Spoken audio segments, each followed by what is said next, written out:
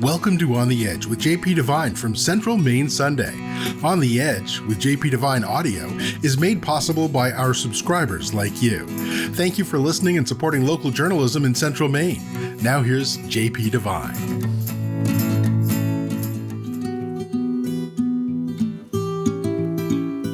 The fire. Next time. My phone rings. It's Dawn, my oldest, calling from Los Angeles. Dawn is a fourth-generation graduate of Colby, but she was born and raised in California. She loves Maine. She and her husband keep looking for property here, but California is tattooed on her heart. It's as much a part of her as the orange poppies in her garden.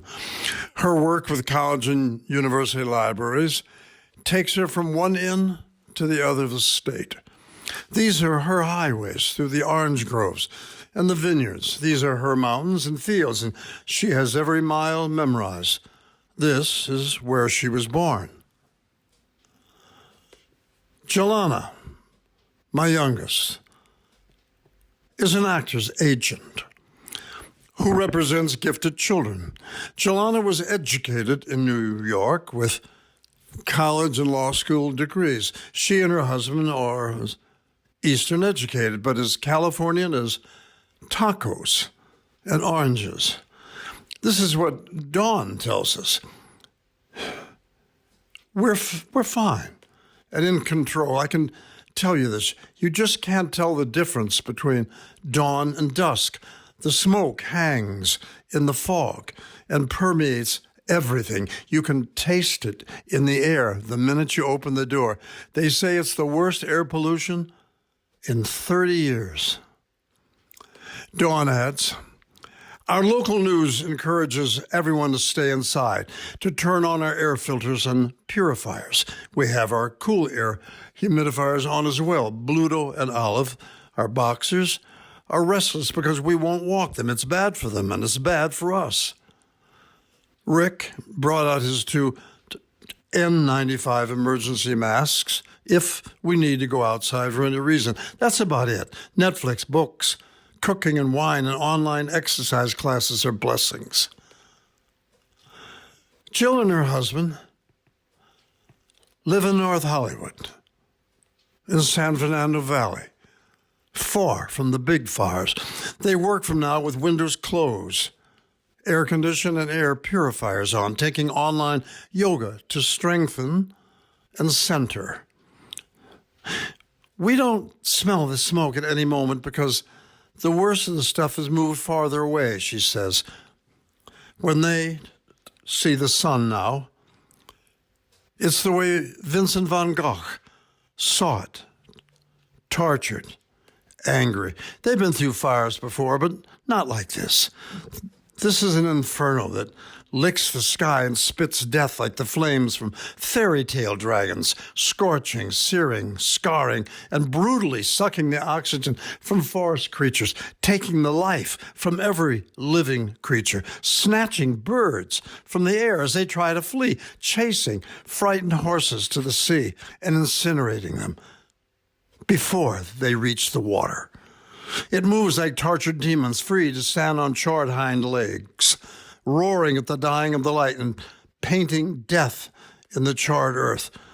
The late W.S. Broker, a scientist at Columbia's Lamont Doherty Earth Observatory, wrote, we're playing with an angry beast, and flocks of courageous firefighters face this beast.